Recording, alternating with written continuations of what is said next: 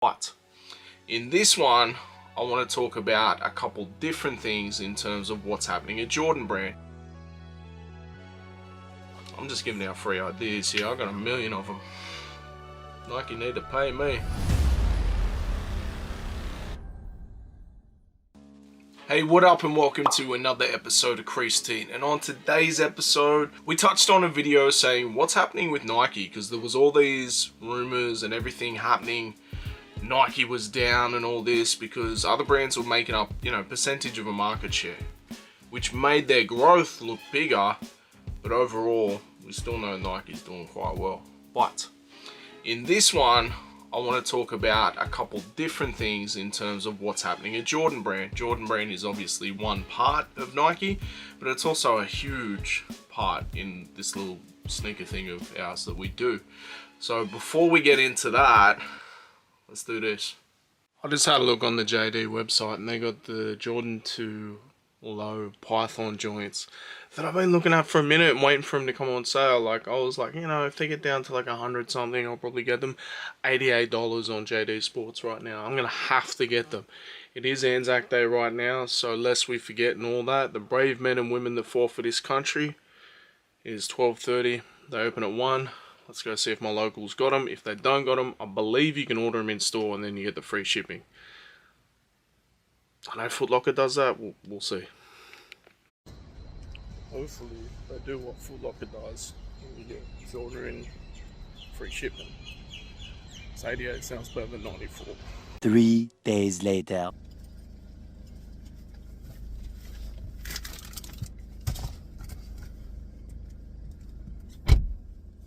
Looks like JD delivers again. When do I organise them? Saturday maybe? These are crazy. It's something I've looked at for a minute, and the fact I was able to get them so cheap, like under $100, I feel like there should be a rule. Anytime a retro Jordan goes for under $100, you have to go. The last retro Jordan I got for under 100, I want to say the Lucky Green 2s, and I haven't worn them yet, so maybe that's the exception to the rule. Maybe I shouldn't have bought them, but let's get into these. Just a bag, so we'll just rip it. I want to say I ordered them on the Saturday and they were here on the Tuesday, so that's pretty good. It is an Air Jordan 2.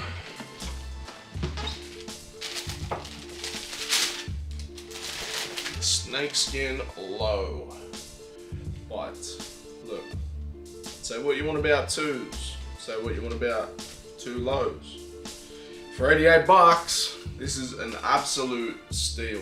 And it was one that I was checking for a minute, but I did actually say, with how everything's going, with everything with 2s, I'm gonna wait till these go on special, and I'm glad I did. Shout out to whoever posted it in the Sneakerheads Australia group, because that's how I seen it, right? And look, I'm stoked with these. These are like a really nice shoe. Definitely like more of a winter steez. You need to be wearing pants with these joints, but I'm gonna have to lace these up. I thought ones were the only ones you had to lace up, but I was wrong. Let's check both of them out, make sure we got no crazy quality issues. I think the only time I've ever had quality issues with the 2 was the shelf life joints. And then I managed to get them again anyway. But 1, 2, they are perfect. It's that nice white, got the off-white details on the midsole, then you got the Python type detailing, or is it like crocodile? I don't know. Snakeskin? It's something. I mean, it's not real, they've obviously just made this, but I'm not mad at it. And these were on JD Sports. I want to say they were on the website. I went to my local, they didn't have it, and then was able to do it at the kiosk and get them with free shipping. So if that ever happens to you, you go to your local, try and get something, save on the shipping, you can still do that if they don't have them in store. If you go to the kiosk, order them there, pay for them in store, they'll send them to your house for free. But JD did crazy with this. It's not the only crazy specials they got on Jordan Retros at the moment. Let's check it out.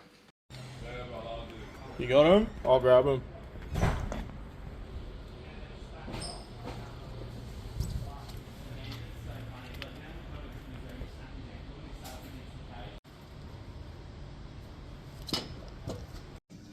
I cannot believe the price of Jordans right now. Like 176 for Jordan 11s, 128 for Jordan 3s. Insane. I actually saw how crazy these were and posted about these myself in the Sneakerheads Australia group because the price was insane. Now, I'm not big on this silhouette, not even big on this colorway, but for the price, I had to cop. Any guesses? You would have seen it in the video, but I actually thought I recorded more than I did, but didn't. When I thought I was recording, I'd hit stop and all this, but the box is crazy. It kind of looks like a GR, like Jordan 1 low box, but then you've got the gold hit there too, and it's like more elaborate than that. Thank you. I remember when these first came out, and this may give a little bit of a hint if you've been watching, it was like them thanking you by giving you a $300 shoe. Like, it made no sense to me, but when you paid $176 for the Gratitude Jordan 11s, that's something to be thankful for. These are really, really nice. And again, like the fact that they 176, like you can see, retail was 300 if that focuses in. I don't know if it will. I'll show you. Show you the receipt too. Paid 176, including $16 worth of tax. Bro, I don't even know if I'm gonna wear these. They're definitely, like, if I was gonna wear them, again, it feels like something I'd wear in winter, but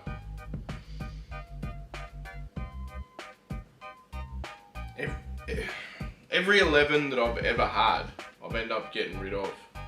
Someone's like wanted them more than I did, and I've done the retail assist for them. Whether it be cool grays, breads.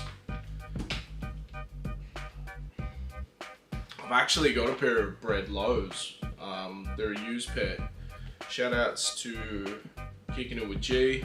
I'd actually wanted them at the Sydney meetup and never saw him put them out. I remember like seeing what he was gonna put out, and I was like, man, I want them. And then at the end of the day, he just like gave them to Adam, and Adam was like, I don't really want these, do you want them? I'm like, yes, I was gonna pay money for them.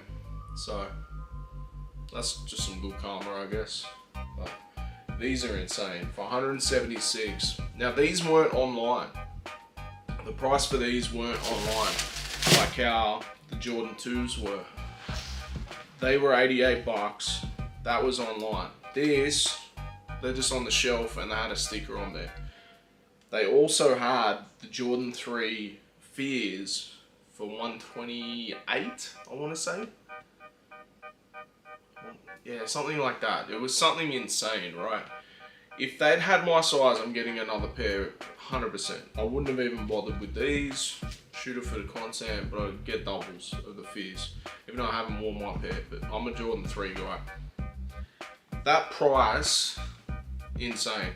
So if you're at your local JD and it's one that maybe doesn't get stuff all the time, but did get these, did get the Fear 3s or whatever, and they're sitting, have a look underneath the sole and check the price, bro, because you could be walking out with an absolute steal like I did here.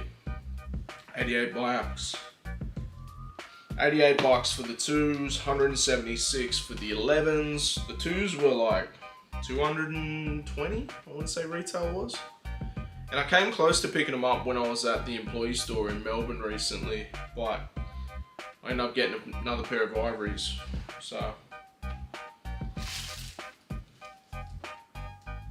I've been checking for the 2s for a minute, but I wasn't checking for these at all. It's purely the price as to why I copped them. So, and you know, maybe you think, oh, they're a little bit beat up because maybe they were on the shelf. No, this was a fresh pair that come out from the back.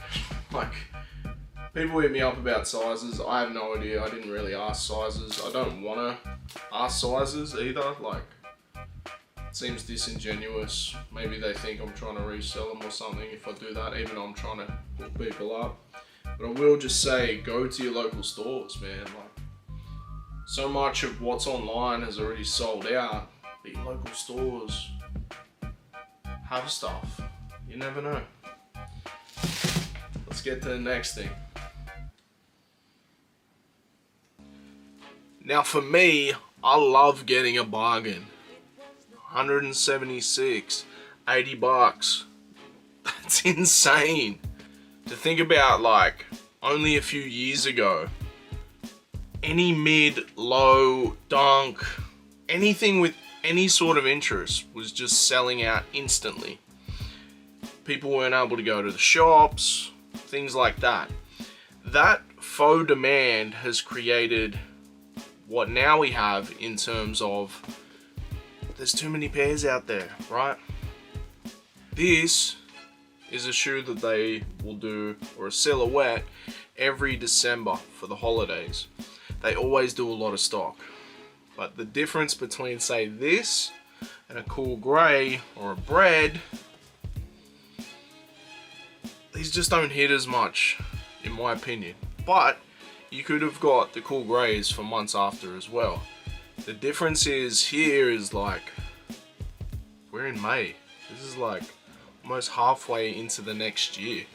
This type of thing happens in America, it happens in China. Not so much in Australia because we don't get a huge allocation. Now 2s have been brought back, and historically we need to have 2s back, but no one seems to care about 2s the way I care about 2s. I feel like in terms of Jordans, if we say the first 13 are what predominantly people care about, I would say people like 12s, maybe 13s, and 11s more than they do 2s. I am not of that opinion. I like 1s, 2s, 3s, 4s, 5s, and the occasional 6. You'll never catch me in an 8, a 9, maybe a 10. I've got 11s, but 13s are okay. I don't like 12s, but that's a topic for another day. So these were never going to go too crazy, even with current shoe trends being quite chunky. A lot of fashion goes in cycles. I got told this as a kid when my mum would say, whatever the fashion was at the time, this has already been around before. And we're like, nah, you're old, you don't know what you're talking about. But then I see things that I used to wear, or maybe didn't even wear, just noticed or took note of, and they're coming back around. I remember certain clothing that I would be forced to wear as a 6-year-old in the 90s and hating it. And then, like, say 5-6 years ago, people were wearing that like it was fashion. Crazy. I'm seeing FUBU pop up in my Facebook ads. Echo came back to Kmart. Most of what we do in sneakers is nostalgia related. So with the current trends of everything coming back to being baggy, chunky, the Jordan 2 has a place. But I think it's a couple of years before that happens, in my opinion. We're seeing like the Campus doing quite well for Adidas, 9060s for New Balance and other chunky type joints. But the 2, in terms of sneakerheads, a lot of people regurgitate the fact that Michael didn't even like them. Still a Jordan 2, in my opinion. But with everything that happened a few years ago, companies, as soon as they're selling stuff, it's selling out. As soon as it's on the shelf, it's gone. So gradually, you've got Foot Locker, JD, and other respective retailers saying, we need more stock, we need more stock, we need more stock. So production goes up and up and up and up to meet the demands. The problem is, this is a faux demand, as I've said many times, because all these things are selling out, but they're selling out to resellers. So once that calms down, you also take into the fact of what's happening within the world. The world as a whole seems to be close to, if not in, a recession. Over here in Australia, grocery prices, petrol prices, rent prices, housing affordability in general, your day-to-day living costs are insane. They're going through the roof. There's no end in sight. So something like sneakers is a luxury. Then you look at, okay, people like us, we want the freshest Jordans, the freshest Air Max, Asics, New Balance, whatever. Let's say last year you bought 20 pairs. It's a conservative amount for some of us, but let's say you did 20 pairs. This year, with everything happening, maybe you're getting 5 pairs. And then it goes down like that. So these production numbers have been going up and up and up, but this takes time to get to the point where what these retailers are saying they want. By the time they've gotten what they want, the bubble has burst. Now, this is when sales happen, and you see, a sale can inspire someone. I've seen a shoe that I'm like, I like these, but I'm gonna wait till they're on sale. If they don't go on sale, I don't need them. Then you see a shoe that I didn't care about at all. I had no intentions of purchasing ever until I saw the price. That price can inspire someone. You go to the outlets, maybe you get a crazy steal, and sometimes you just want to walk away with something when you go to the outlets.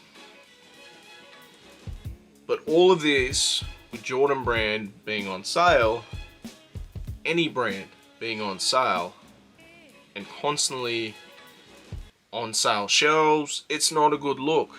If you're saying Jordan is the pinnacle of sneakers, and some people won't, some people will. For me, I'm going to say Jordan is pinnacle when it comes to the sneakers. If they're always on sale now, they're getting the numbers wrong. For a shoe to get down to $176, it has to sit on the shelf for 5 months, which this has. I bought this in May. So it sat on the shelf for 5 months. This is a limited edition shoe, but it sat on the shelf for 5 months. That kind of contradicts what they're saying. And it takes a bit of that luster away from the brand. It's an optics thing, right?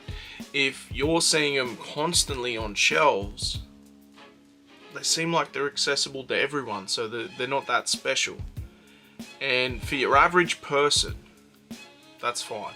You walk into the shop, you're gonna buy a pair of shoes, you see what you like, you buy them. For a grown sneakerhead, I'll buy what I like. Hype does nothing for me. But to your average sneakerhead or hype beast, they go, these are accessible, I don't want them now. I've seen time and time again people get hyped over a release, then they're sitting on shelves so they don't actually want them. It's the most ridiculous thing, but it happens. I'll give you an example. We're in Melbourne quite recently. Myself and Adam, he's telling me about some limited edition Swatch collab. I haven't even heard of Swatch since the 90s. He goes, yep, there's this limited edition collab, they're reselling for this. We go to the outlets, of course they don't have them at the outlets, they're apparently reselling. He goes to the Swatch store in the city. They've got plenty of stock. He doesn't want it now. Same thing. Like I said, as a grown sneakerhead, as an adult, I don't really care about that. You can't sell me on something one way or the other if I do not like it. Like, even at 176, if this was a horrible looking shoe, I'm not buying it. Just how it is. The optics to people within the culture, to the company itself, it's not a good look having that happen. So when the next one comes, I don't really need to get that. I know it's going to sit on shelf. I know I've been doing that. I've been doing that with a lot of shoes. And I've almost been in the mindset too of, if it does sell out, I probably don't need it anyway, which, let's face it, I don't really need any more shoes.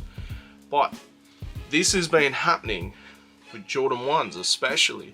A couple years ago, it didn't matter if it was a Jordan 1 mid, high or low, or OG low. It all sold out. It all got flipped. It all got resold. Now, nothing. And as much as Nike and retailers like a JD Sports or a Foot Locker don't want to publicly ever say that they condone reselling or resellers, they were making a lot of money off it. And for that market to be taken away from them, they're going to feel a kind of way about it. But this is what's happened. And yes, fashion does come and go in trends. When we're all locked up in the house, maybe a Cool Kicks or a Common Hype video got caught in your algorithm. Now you've been shown this incredible world that you never knew about. That's what I feel like happened in terms of every kid want to be a reseller. Same with like Write Me the Icon. But then even like people going, hang on a minute, why is that shoe so important? Why is that selling out? I really like those, but why is it worth $1,000? Spoiler alert, it's not. It's not worth $1,000. So what does Jordan do here, or Nike in general? For me, I'd love to see them try different stuff. I know that in more recent times, they've done the AI Air stuff, which were really just concepts because there was nothing there that you could actually put to foot. They were just kind of like molds, and apparently they've used AI to help the design, but not overall done the design. They're also bringing back a lot of staples, classics that sneakerheads like us will be interested in, like the Air Max 180 Ultramarine. For me, it probably should have come out on Air Max Day, that's my feeling, but I'll be copying it regardless. There are a bunch of things on there that I personally don't think will work. There's certain like Air Force Ones that they're going, yeah, these were crazy, or like the Ultraman Dunks. Ultraman Dunks were a Co.jp colorway, similar to the Argons, but when the Argons come out, was at the end of that dunk burst. And even though they were a lot better quality than your average dunk you would see at a JD or Foot Locker, no one seemed to care. I could buy them forever. Even on Sneaker Dunk, they were going for like retail or under retail. Crazy. Ultraman Dunks, I feel like they're going to do the same. They are a lot better quality than your average dunk that you'll see on JD and Foot Locker. People that remember that era are a very niche minority. The people that are involved in and enjoy sneakers now, they get their information from YouTube. They get their information from your Common Hypes, your Kai Somars, your Write Me the Icon, the Cool Kicks, all that type of stuff. And I just don't see them digging that deep. Now, they could just go back to the bread and butter like they have been with Travis Scott, but it feels like a cheat code that's losing its luster. That Jumpman Jack, for me, if you take any sort of Nike identity off it, any Travis Scott identity off it, it looks like a Payless shoe. I feel like even if you take Travis Scott off it and you just said, here's a brand new Jordan silhouette, no one's buying it. No one's buying it. You can't tell me any different, because last year they released the Stadium 90 and they were incredible. Really nice quality materials, comfortable, nice colorways. Nobody cared. I liked them. I got a pair, I want to say under $100. There's my rule again. And like a really interesting storytelling on there where it tells you where essentially all the design parts have come from. There's this from an Air Jordan 1, this from an Air Jordan 5, and so on and so forth. To be fair, I have not worn these yet, but that's a Bulldogs colorway. So obviously next time I'm at a game, it's an opportunity. But I also do have 3 pairs of Jordan 1 highs in Bulldogs colorways and everything else in between. But no hype. These went on sale, and I'm still seeing really nice colorways coming out. To your average person that just wants like a really nice sneaker for like that semi-casual sort of opportunity, that's probably the market for these, not us. But it's a really nice sneaker. Now, had this been released with Travis Scott on it, you people probably go nuts and say it's sneaker of the year. That's the truth. The Travis Scott 270s, the Travis Scott Air Max 1s, some of the worst looking shoes I've ever seen. Put Travis Scott on them, they're worth something. It's a cheat code and it seems to work.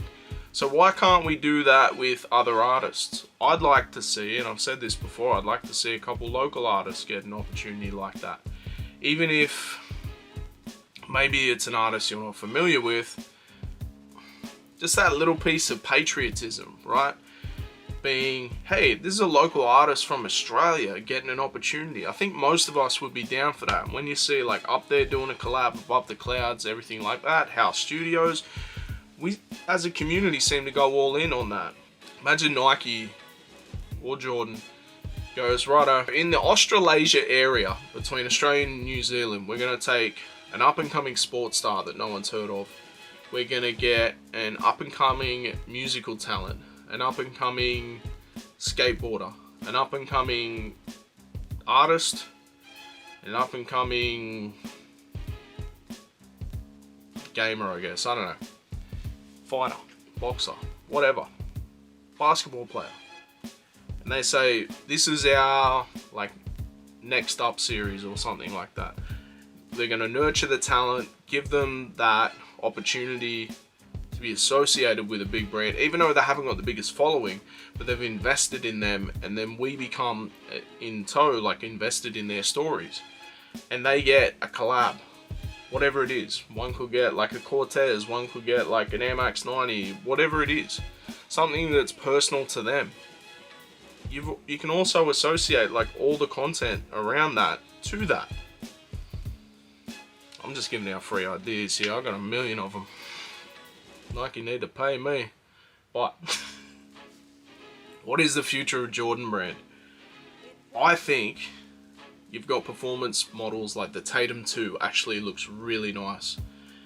Zion 3s look incredible.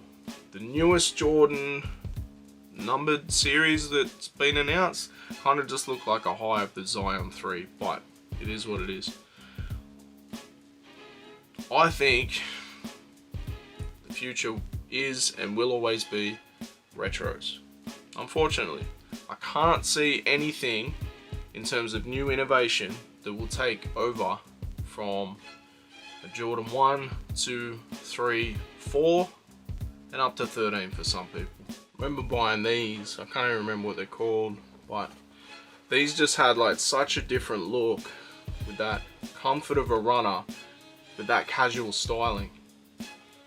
Now why can't you take something like this and then just give it super premium materials on the top? I could see that working, but we're probably going away from the 200 and 270 since the DNs are here, so who knows. But my point is, the future of Jordan is probably still retros. For me, I just think they need to do less quantity, more quality materials. Less is more. Quality over quantity, I've always said it, even though I'm someone who tries to drop a release, a video 2 times a week. Quality over quantity is always the best way to go. My favorite term is less is more. I don't need to see 30 different colorways of Jordan 3s in a year or something. Whatever they announced, there's so many colorways where you can look at them and go, that probably didn't need to happen. Jordan 1s, that didn't need to happen. Just give us enough of what we do want with nicer materials. You've already put the prices up, maybe give us something for it. I think one of the other things that Nike and Jordan have both been guilty of in recent times is as soon as something out of the box works, we just flood that same idea a million times till it's dead, instead of letting it breathe, you know what I mean? The lost and founds were a crazy idea. So okay, we're going to do everything reimagined. We're going to do some reimagined Royals. One of the greatest colorways of all time in a Jordan 1. If you just done a Jordan 1 Royal, people go nuts for it. Do the reimagined, I got one on special. Jordan 4 reimagined. Probably a bit better than the, well, it was a lot better than the Royal ones in terms of how they were received. Me personally, I prefer the Royal ones. The Royal 1 Reimagined's a beautiful shoe. I still haven't worn them, but I do own them. Again, Bulldogs colorway. 'Tis the season. Now every time Jordan announces, like, well, not even announces, it leaks or whatever, there never seem to be an official announcement, but every time something happens, all the comment section is like, please don't be reimagined, please don't be reimagined, just drop it how it is. I know the breads are getting a drop next year. You're like, oh, come on now, don't reimagine them. I feel like the only reimagined pair that I would be okay with next would be if you did a similar thing to the Lost and Founds, but with a pair of white cements, right? Have a bit of sail on the midsole, a little bit of cracking, that sort of stuff. That could work. I'm okay with that. Don't give me a... Nah, suede version would be dope, to be fair. Yeah, give me a suede white cement. But then, even when you do the Lost and Founds, I said this at the time, but if you did the Lost and Founds, right, say like when you get the lineup, I was in the lineup in Sydney, everyone goes through, gets the Lost and Founds, it's like, ah, damn, there's still like 200 people in the line trying to get them. Alright, they got the hype version, here's the Jordan 1 Chicago, as like a shock. I don't know how they can keep surprises like that anymore with so many early pairs, but something like that would be dope. I don't know. I'm just spitballing here. We're just free flowing. I feel like I want to see more quality. Like when you get a pair, like I've got the Justin Timberlake Tinker 3s. Let me grab them. The quality and materials on these, the leather laces, like that embossed leather, that's incredible. Higher on the side there, like that is insane quality. I can't imagine it was too much more than a regular retail pair is now of Jordan 3s. So why can't we do things like this?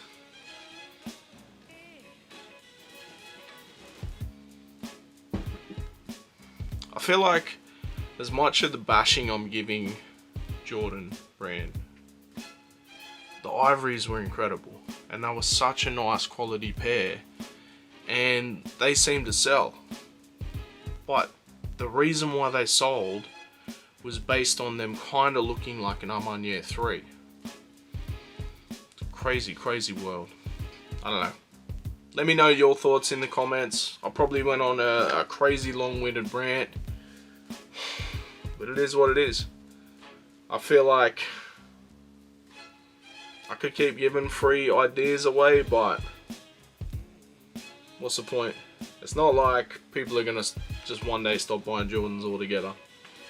I definitely think, like anything, it goes within cycles, but Nike and Jordan brand ate up off the faux demand, and now reality's catching up. It is what it is. But this has been another episode of Creased. Let me know in the comments.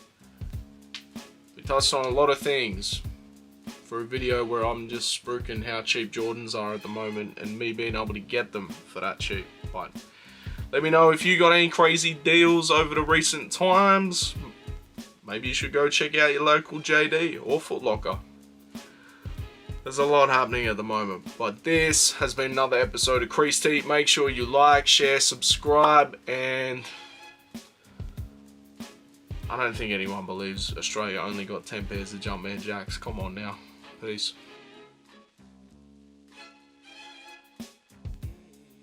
And as much as Nike and all these retailers don't want to publicly say that they like retailers, and there's a lot of, and there's, fuck, I can't speak.